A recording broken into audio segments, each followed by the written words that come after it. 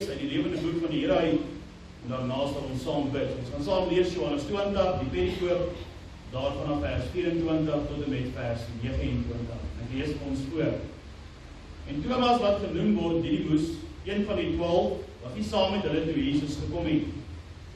Die ander disippels sê toe vir hom, ons het die Here gesien. Maar hy het vir hulle gesê, as ek nie in sy hande die merk van die spykers sien, en my vinger steek in die merk van die spykers, en my hand in sy sy steek nie, sal ek nooit glo nie. En 8 dae daarna was die disippels weer binne. En Thomas saam met hulle, Jesus het gekom terwyl die deure gesluit was, en het in hulle midde gestaan en gesê, vrede vir julle. Daarna sê hy vir Thomas, bring jou vinger hier, en kyk na my hande, en bring jou hand en steek dit in my sy, moenie ongelowig wees nie, maar gelowig. Thomas antwoord en sê vir hom, my Here en my God. Jesus sê vir hom, omdat jy my gesien het, Thomas, het jy geglo. Salig is die wat nie gesien het nie, en tog geglo het. Tot sover die skriflesing en die woord van die Here, Synoptiese Evangelie van Johannes. Kom ons nader tot God in gebed, kom ons bid saam. O Here, ons God, ook op hierdie Sondag, waar ons op die eerste dag van die week by mekaar kom om in die nuwe verbond te staan en nie te eer, nie te loof, nie te prys vir al die goeie gawes wat U aan ons gegee het.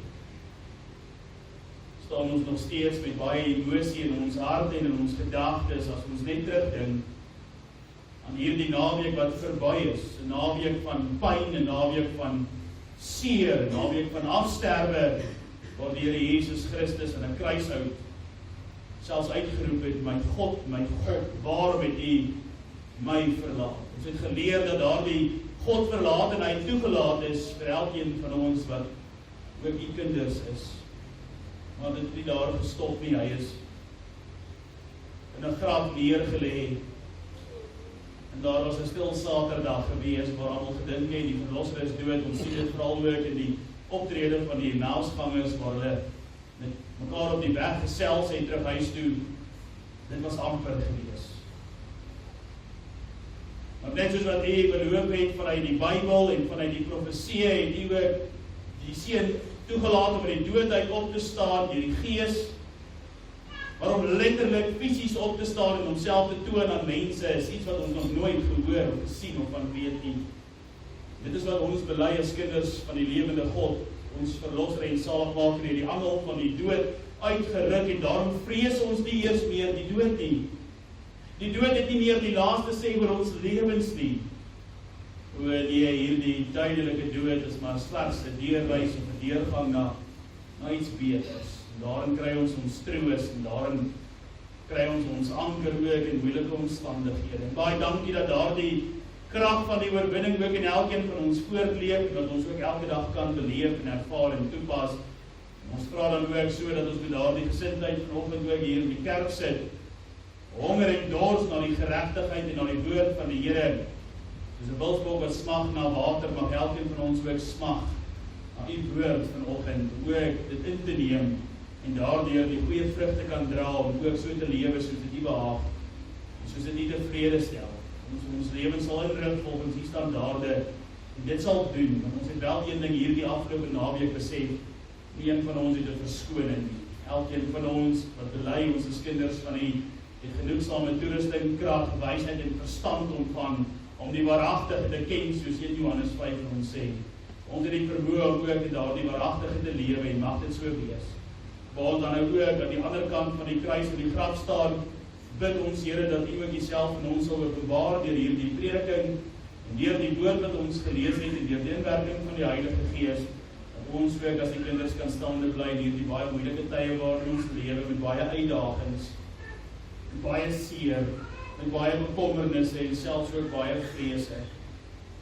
Seën wees wat al opgevreet is en ons bloed wat in ons skoene hang vir al hierdie dinge wat in ons land gebeur. Help ons om ook die onsigbaarheid van geloof toe te pas, en dit is dat ons die onsigbare sal sien en ook reg deur al ons mismoed so fokus dat ons U sal raak sien in elke dag van ons lewe. U is genoeg vir ons. Mag ons ook so leef. Seën ons ook in hierdie diens, mag hierdie diens tot eer van die heerlikheid van U naam wees, mag U geloof en geprys word en mag U ook waak oor U eie eer. Dat U ons sal beskerm, dat U ons as gemeente sal staande hou. En ons bid Here so hard en ons pleit en smeek dat U ons sal liefhou vir U. En ons weet Here, dit is wat U van ons vra. Lewe van gehoorsaamheid en opregte liefde, belydenis. Geef ook swaar ons ongeregtighede, ons sondes, dat ons verkeerd doen, verkeerd sê, verkeerd dink, verkeerd beplan. Ons vra Here dat U ons sal help, hierdie Gees en U woord, om ook ons lewens reg in te beplan, volgens U standaard en hoe U dit wil hê. In Jesus naam bid ons uit deur die werking van die Heilige Gees. Amen. Geliefdes, uit hierdie kort penkoop uit 'n penkoop wat natuurlik beteken dat dit is 'n gedeelte van 'n hoofstuk ons saam gelees het, van ons besonder net fokus op hierdie paar verse. Sal nie weer herhaal nie, want ons sal in die prediking ook aan dit aandag gee. Nou, geliefde gemeente van ons Here Jesus Christus, vanoggend hier in die kerk staan ons nou 'n paar dae na Goeie Vrydag en 'n paar dae na Opstanding Sondag. Die kruis nou, die bebloede kruis van ons verlosser en ons saligmaker Jesus Christus is nou agter ons. Ons kyk nou terug daarna. Daarmee saam ook die leë graf wat ons opreg verlede Sondag bely het en met opgewondenheid ook onsself toegeëien het, dat ons ook in daardie vreugde en daardie opgewondenheid kan deel, want dit is ook vir ons. Het saam gehuil by die voet van die kruis toe ons op 'n intieme wyse die nagmaal gebruik het en stil gestaan het by die gebroke liggaam van Jesus en sy bloed wat vergiet is, tot 'n volkomme versoening van al ons sondes. Ons het gerou, dit was seer. Dit was nie lekker om dit aan te hoor nie. Maar ook het ons die voorreg geniet om opgewonde te raak oor die blye boodskap wat die engel gebring het, 'n juichende boodskap toe hy gesê het, die Heer het opgestaan, die Heer het waarlik opgestaan vir jou en vir my. Maar nou, 'n paar dae na die kruis en na die graf, wat nou? Hoe nou, want hierdie opgewondenheid van hierdie feesviering is nou weg. Dit waarvoor ons onsself vir weke voorberei het nou gebeur. Dit is iets wat nou in die verlede staan. Die opwinding is verby. Die daaglikse lewe het teruggekom met al sy gewone druk en al sy gewone uitdagings. Ons het maandagoggend opgestaan en die realiteit van ons lewens het ons tussen die oë geslaan. Nou moet ons aangaan. Al daardie uitdagings in die oë kyk, al daardie beproewinge en al daardie seer ook beleef. Nou staan ons weer aan die kant van onregverdigheid en onreg en verlies en seer en pyn. En daar is rekeninge wat betaal moet word en die ekonomiese uitdagings raak meer. Ons gaan onsself nie verveel met al daardie inligting wat almal van ons baie goed ken. Die wat siek was voor die naweek is nog steeds siek. Met aandag kry en moet aan gewerk word. Die huwelike wat verbrokkel het of gebreek was voor die tyd, sukkel nog steeds om ritme en fondasie te kry. Die werk is skaars. Die nuus bring weer stories van geweld en onsekerheid en swaar kry en in ons swaar kry en ons beleef dit en ons ervaar dit en die wind word uit ons seile uitgevat. En dan vra ons die vraag nou, wat gaan daar in ons harte aan? Met al die uitdagings na so 'n feesvierende naweek soos ons die voorreg gehad het, om te kan aanskou en dan kon deel wees. As ons onsself eerlik is, kan ons nie anders nie as om te sê, daar stil in ons harte fluister die klank van twyfel, bekommernis, benoudheid en vrees. Is dit regtig waar dat hierdie Here Jesus Christus uit die graf uit opgestaan het en regeer as koning en in beheer is van ons lewens en kom regstel het en regmaak het en kom voorspoed gee en goeie tydings gee, waar hy werklik my gebede, want ek bid en ek bid en ek bid en ek smeek en smeek en smeek en pleit en pleit en pleit, maar ek sien nie die vingerafdrukke van die Here aan werk in my lewe, die las word meer, die pyn erger, die donker te meer, donker. Is hy nog by my? In hierdie baie moeilike time, seker tye, vraag wat ek dink almal van ons baie goed ken, wanneer ons eie ellende en ons oë kyk, en ons eie seer en pyn en vrees en twyfel in oënskou neem. Dit is presies waar hierdie teks wat ons vanoggend saam gelees het, ons na toe bring. Dit bring ons spesifiek op hierdie punt vanoggend. Dit vat ons nie eers terug na die vreugde van hierdie opstanding wat ons beleef en ervaar het nie, maar die eerlike, menslike vraag wat na die opstanding kom, maar wat nou en hoe nou? Kom ons kyk dan na die gedeelte wat ons saam gelees het, wat ons eintlik baie goed ken. Een ding wat ons uit ons geleesde gedeelte uit goed sien, is dat in hierdie gedeelte sê die woord van die Here vir ons baie duidelik dat twyfel nie die einde van ons geloof is nie. Twyfel is nie die einde van ons geloof nie. Vrees, bekommernis en onsekerhede is nie die einde van ons geloof nie. Maar dat selfs in daardie oomblik van jou lewe, ons die voorreg geniet om te kan aanskou vanuit getuienis, die Here Jesus Christus self na ons toe kom en ons kom haal, en ons kom bystaan. Hy los ons nie alleen. En vanuit die konteks, 8 dae na die eerste opstandingsdag van die disippels, was die disippels nog steeds agter geslote deure gewees. Die rede daarvoor is dat hulle het gevrees vir hulle lewens. Hulle was bang vir hierdie Jode gewees. Hulle het ons nou aanskou wat hierdie Jode aan Jesus Christus gedoen het.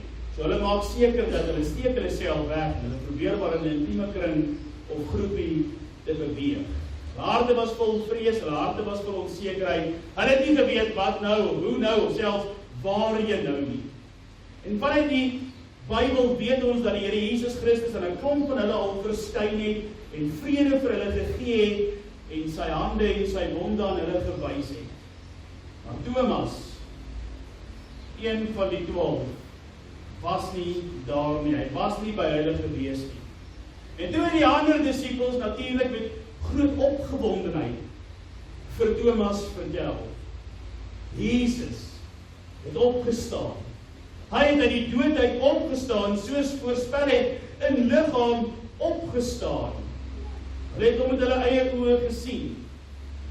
En dan ken ons Thomas se reaksie op hierdie woorde, Thomas se baie harde woorde as hy gesê het, as ek nie in sy hande die merk van die spyker sien en my vinger in die merk van die spyker steek en my hand in sy sy steek nie, sal ek nooit glo nie. Ek sal dit nooit aanvaar dat die Here Jesus Christus uit die dood uit opgestaan het nie. En ek sal selfs ook so lewe as diegene wat dit nooit glo nie. En daarom in hierdie gedeelte lees ons raak dat Thomas 'n slegte mens was, nie omdat hy aspres was, nie omdat hy hier lelik was nie. Nee, hy was een van die 12 wat deur die Here Jesus Christus self gekies is.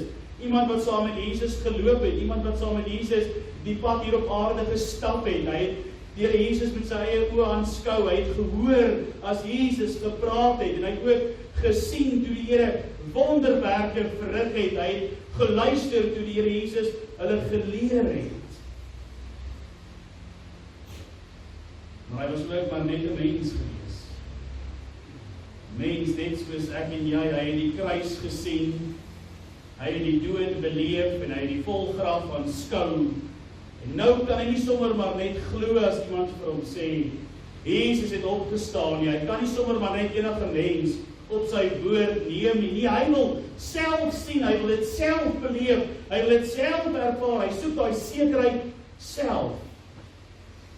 Sy twyfel was eerlik gewees.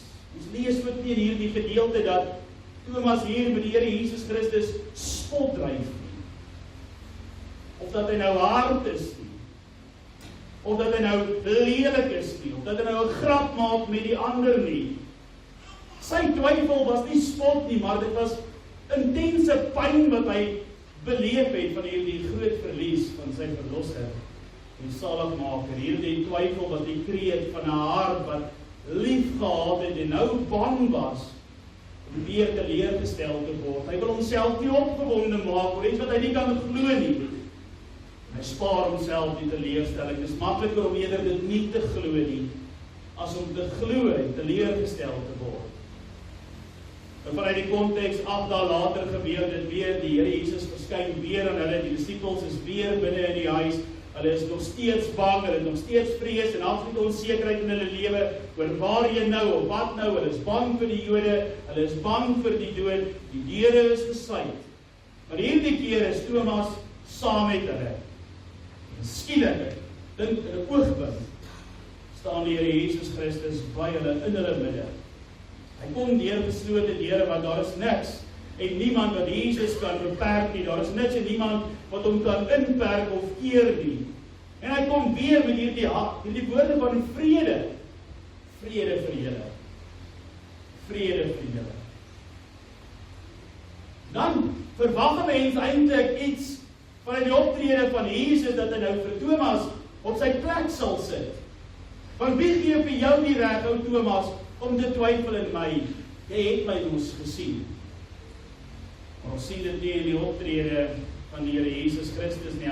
Hy draai direk na Thomas toe en ons sien niks van woede nie, ons sien niks van verwyte nie, ons hoor nie harde woorde nie, ons sien nie dat Jesus kwaad is nie, ons sien nie dat Jesus wil wraak neem nie, maar hy projekteer hom na Thomas toe met hierdie tere liefde, met sagmoedigheid, met 'n sagte gesindheid, 'n vergewensgesindheid en geduld. En hy sê vir Thomas, wat eintlik al sy naam gelaster het, deur hom nie te glo nie, gee vir my jou vinger, bring dit hier, dan kom steek jy dit hier in my wonde, en ek bring jou hand, en kom steek dit hier in my sy. Nie ongelowig wees die ou Thomas, maar gelowig. Dink net vir 'n oomblik daaroor, broers en susters. Jesus kom na Thomas toe, en hy nooi hom uit om presies te doen wat hy gevra het. Hy nooi hom uit om presies te kom doen wat hy vereis het. Hy nooi hom uit om te kom voel en te kom vat. Hy verneder hom nie, hy verwerp hom nie, hy kom na hom toe met sy eie woorde, hy wys sy wonde, hy gee die bewyse wat hy gevra het, en Thomas antwoord met die mooiste belydenis wat ons sekerlik in die Nuwe Testament kan raak lees: my Here en my God.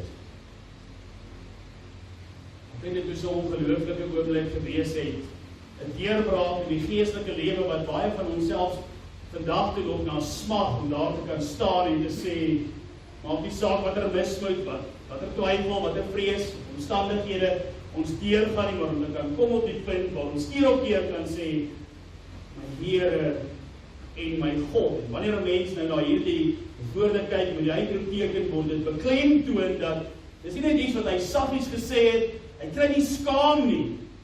Hy staan daar met groot trots. Dis my Here, my verlosser, my saligmaker, my God.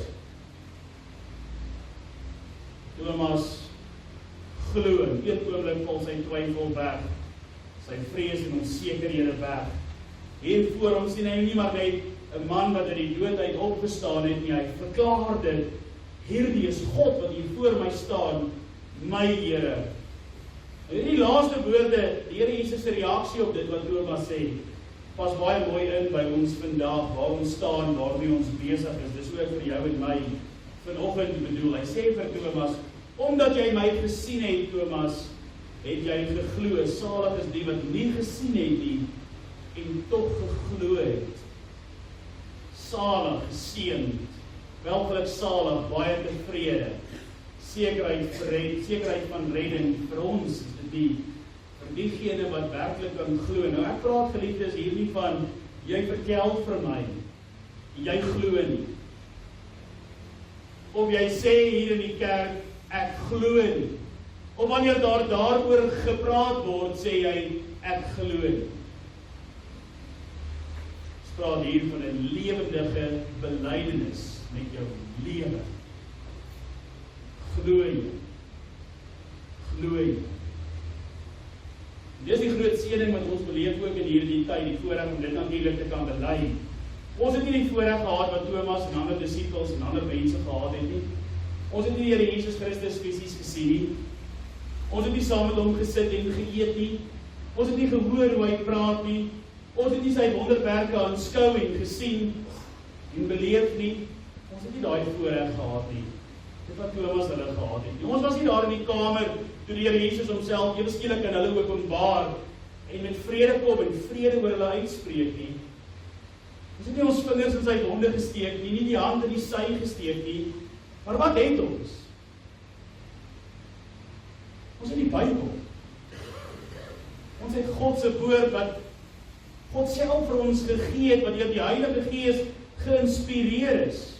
Ons het die getuienis van hierdie Heilige Skrif, 'n middel tot ons hulp, 'n middel wat ons staande hou ten spyte van die woeste storms in ons lewens. En daarmee saam, wat 'n wonderlike voorreg is, ons het ook die Heilige Gees wat die Vader vir ons gegee het, Jesus Christus aan ons geskenk het. Wat in ons getuig van hierdie lewende, kragtige opstanding van jou verlossing. Die wat in jou naam dra.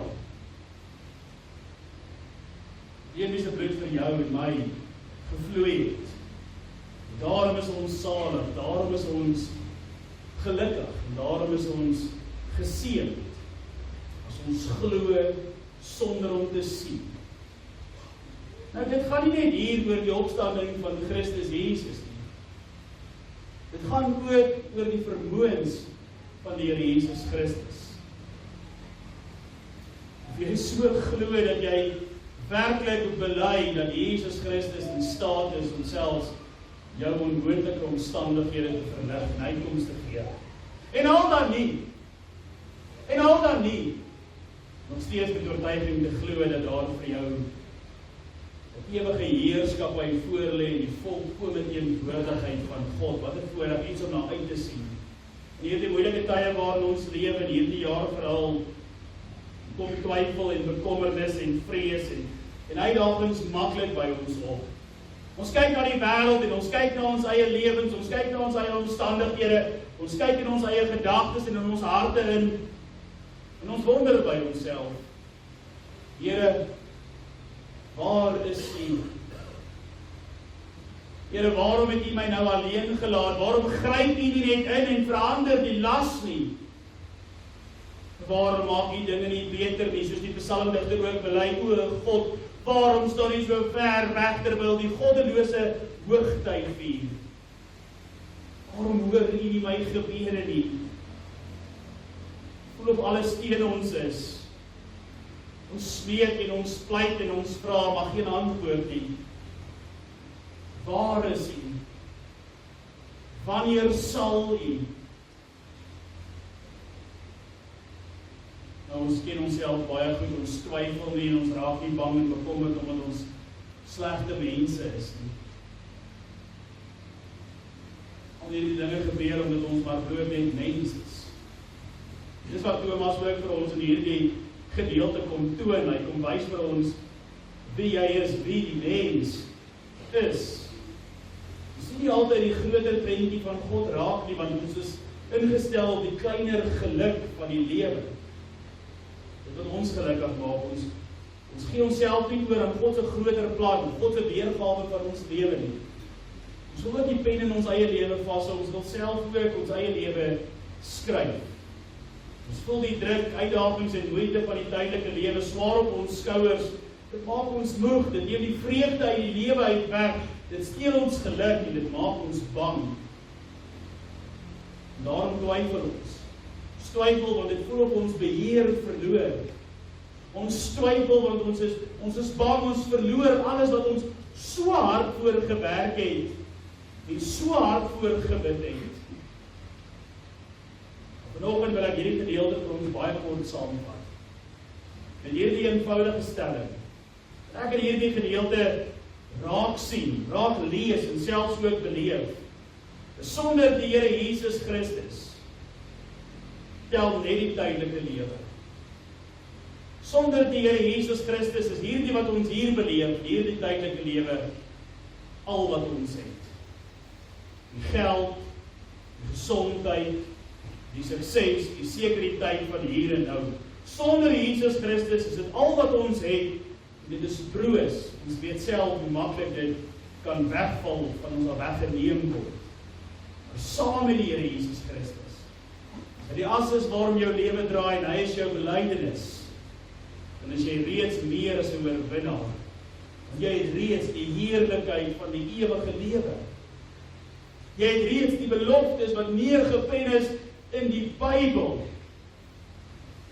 Die plek wat die Here vir ons voorberei het, waar daar nie pyn is nie, waar daar nie seer is nie, waar daar nie onsekerheid is nie, waar daar nie twyfel is nie, waar daar nie verlies is nie, waar daar nie onreg en onregverdigheid is nie.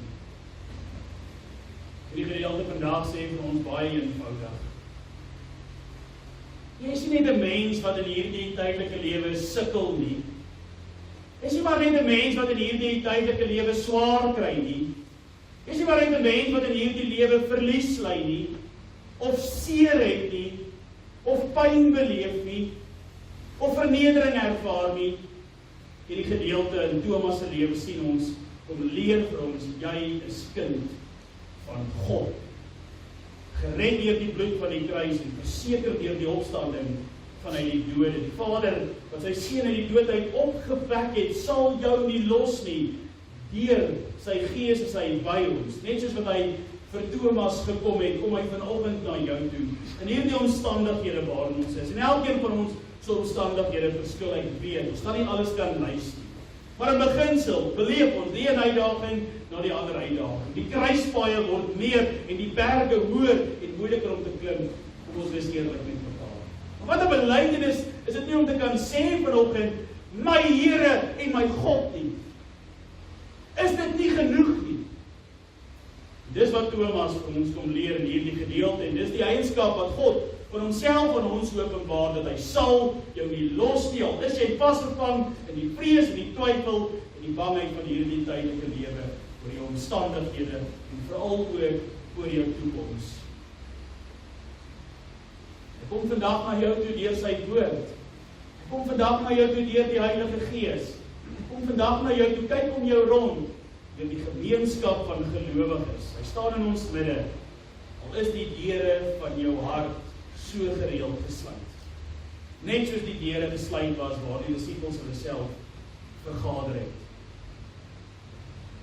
Is jou hart vanoggend gesluit as gevolg van jou omstandighede? Kom sê die woord van die Here vir ons, hy is daar.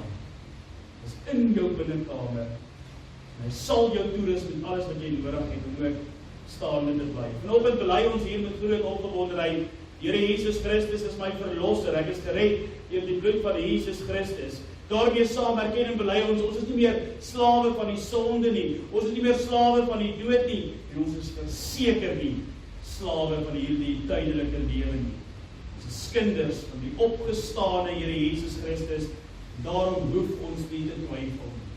Maar twyfel en bekommernis en benoudhede, dit ken ons weet, dit is menslik. Ja, ons kan die Bybel deurblaai.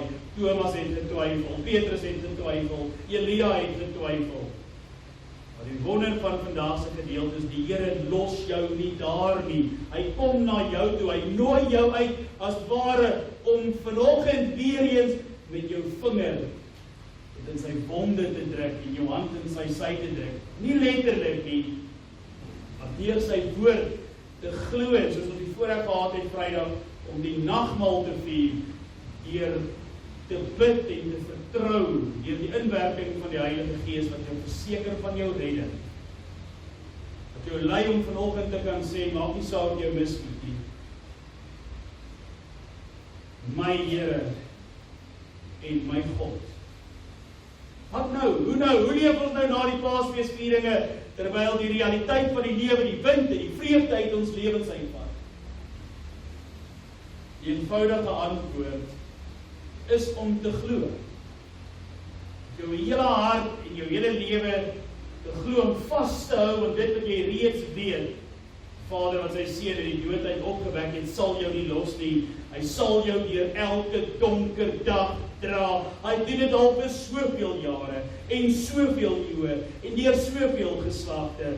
Hy sal jou deur elke woeste storm dra. Hy sal jou deur elke verlies optel en hy sal jou die krag gee wat jy nodig het om staande te bly, al wil jy nie, al kan jy nie, al is jy nie lus nie, al het jy geen behoefte om aan te gaan nie.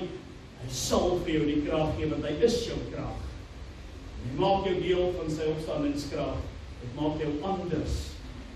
Die goddelose mense van hierdie wêreld. Dit gee vir jou 'n kleur in hierdie wêreld wat soet is. Selfs ook goeie vrug dra. Dis wie ons is. Hy sal, selfs al wil jy.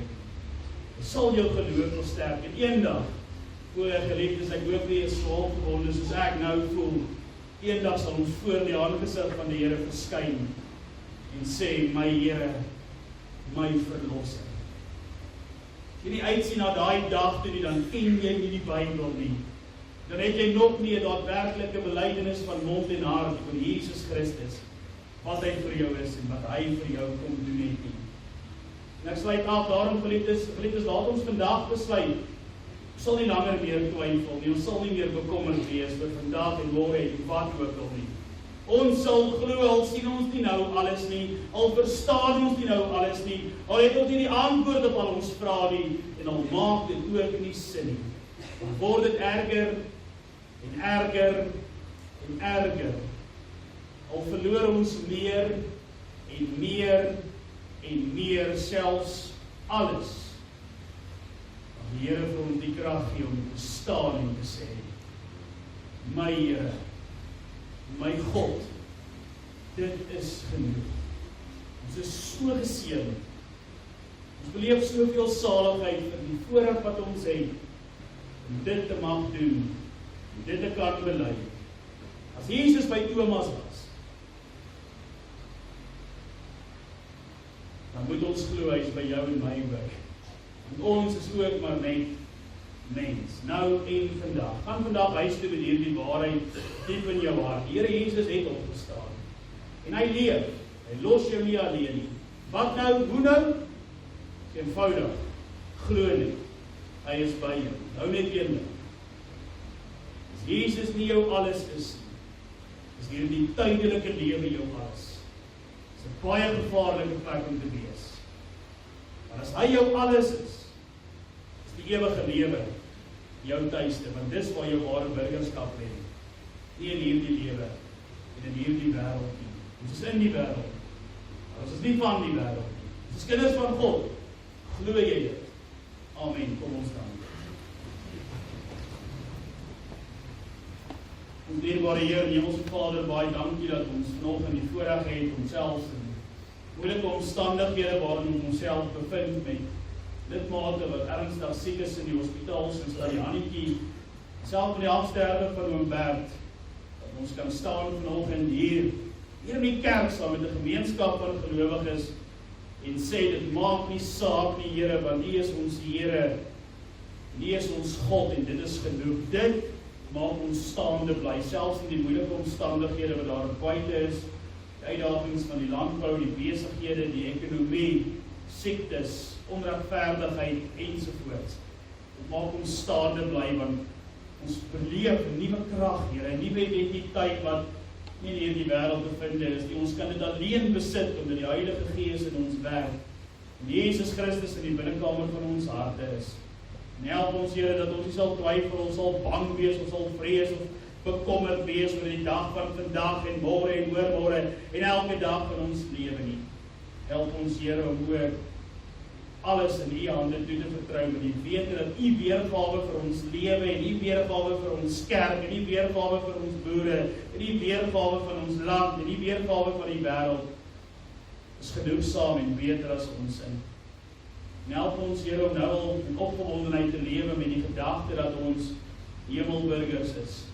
Want dit maak dat ons alles in hierdie tydelike lewe beter hanteer. Seën ons gemeente. Vra, Here, dat U self daagliks in ons sal openbaar deur die Gees in U woord, dat ons deur die Gees geroep sal word om kinders van God te wees, beelddraers van die Allerhoogste, om ook in die herskepte beeld van Jesus teenoor mekaar te sal lewe.